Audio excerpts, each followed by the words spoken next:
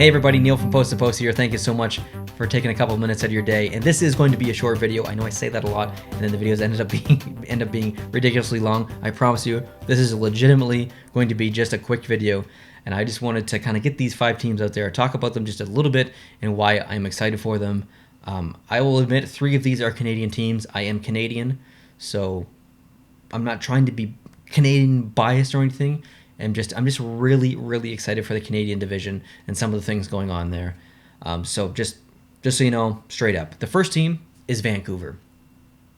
I usually don't get to watch a lot of Vancouver because I live on the East Coast and I'm not in the Eastern time zone. I'm one past that. I'm in the Atlantic time zone. So Vancouver is 4 hours behind me. So in a traditional non-COVID regular season year, I don't get to watch a lot of Vancouver because the games come on so late.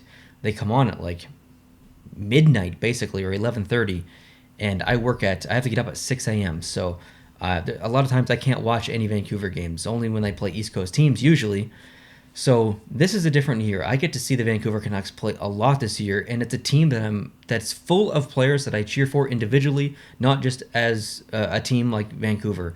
A lot of individual players that I'm excited to watch. A young team coming up, I have a gut feeling about the team. I feel good about the Vancouver Canucks. I hope they play bad against my Montreal Canadiens. Fully admit that.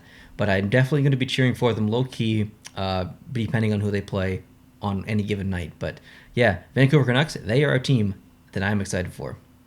Next up, the Ottawa Senators.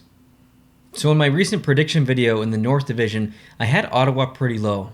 But what's important there is that prediction doesn't equal interest, because I am very interested in the Ottawa Senators. The young players, specifically on the Ottawa Senators, just to see a couple of them come into the league, some of the young ones that are already there progress, see how much better Chabot can get, and just to see the integration of Matt Murray and see the team grow and see the team in those new jerseys. Although I don't love them, I kind of like that they're going back to the retro feel. It feels a little bit more classy.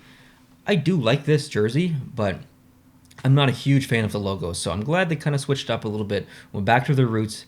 Not that that's going to, give them extra horsepower and finish the race quicker or win the championship or, win the Stanley Cup, whatever.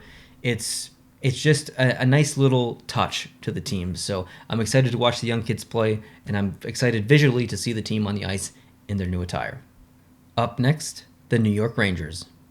So the trend continues here of young players. The Rangers have just a gold mine of young players that I'm so excited to watch. I have always kind of disliked the Rangers. New York City is my favorite city in the entire world. It's been my favorite city for the last 10 years plus.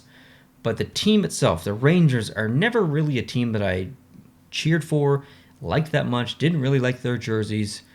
And I don't even know why, but in the last maybe just over a year, actually, I think I do know why. When the Rangers announced mid-season that they were doing a rebuild, when no one predicted it, no one thought it was going to happen, I'm like, whoa, this team's got balls. I really like that. So when a team just flat out comes out and says, you know what, we're rebuilding, we want to get this right, and they kind of blew it up. And it's a risky play. It upset some fans, understandably. You're forcing fans to wait. But, man, it paid off. And that decision really propelled me to follow the team even more. And since then, I have a new appreciation for their jerseys. I absolutely love this white jersey. It's incredible. And then they got some new players coming in. Panarin joined the team. You got some young players coming up. They have one of my favorite goaltenders in the entire league, Georgiev, which he's not going to be the primary goalie probably this year, but still he's going to be there. I like him. I like to get a Rangers jersey with his name on the back. And I'm just really excited for the Rangers, and that is not a sentence I don't think I've ever said. Next up, the Montreal Canadiens. Now, the Montreal Canadiens are not on this list because they're my favorite team.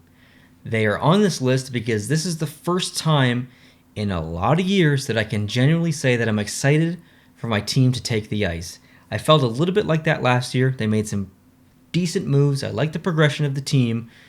There was still some money sitting there that I really wanted them to use, but this year is different. I do feel pretty good about the team. I think they are probably overhyped a little bit. I'm be the first to admit it. I don't think they're going to win the division. I don't think they're going to win the Stanley Cup. I don't think they're going to get to the conference finals.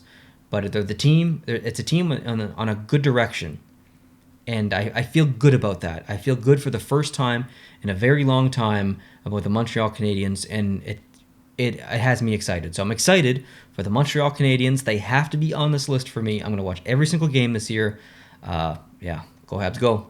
And finally, the Buffalo Sabres. Now, I'm not a Sabres fan. I don't necessarily cheer for the team, but I really do want to see them do good. Mostly for their fans, because I think the fans deserve it. I think they have maybe the best fan base in the entire NHL.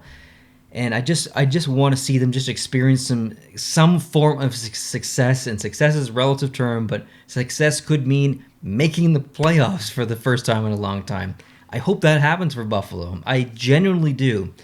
They are an incredibly frustrating team to watch. Just as a hockey fan, there's been so many years where they just have the pieces, and they could be better, and then they're not. I don't mean better as in like win a cup or make the playoffs, but just be better. Like they're always underperforming, or just every year my hopes are crushed from Buffalo not doing as good as I'm hoping them to do. So maybe they shouldn't be in this video, because I'm getting a little frustrated just thinking about the possibilities of them not doing as good as I think they're going to do this year. I ranked them low, or I predicted them placing-wise low in the division, because I try not to get my hopes up.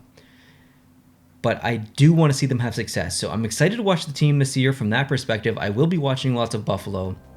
So Buffalo fans, cross your fingers. I got my fingers crossed as well. Let's see some good things out of Buffalo this year. Let's see how Hall does. Let's see how some of the other players do. Let's see if some of the players can bounce back, and let's see if Eichel can continue his tear in the NHL. So thanks guys for watching. I appreciate it. If you're new, hit the subscribe button. If you like this video, hit the like button, and I'll catch you in the next one. Adios.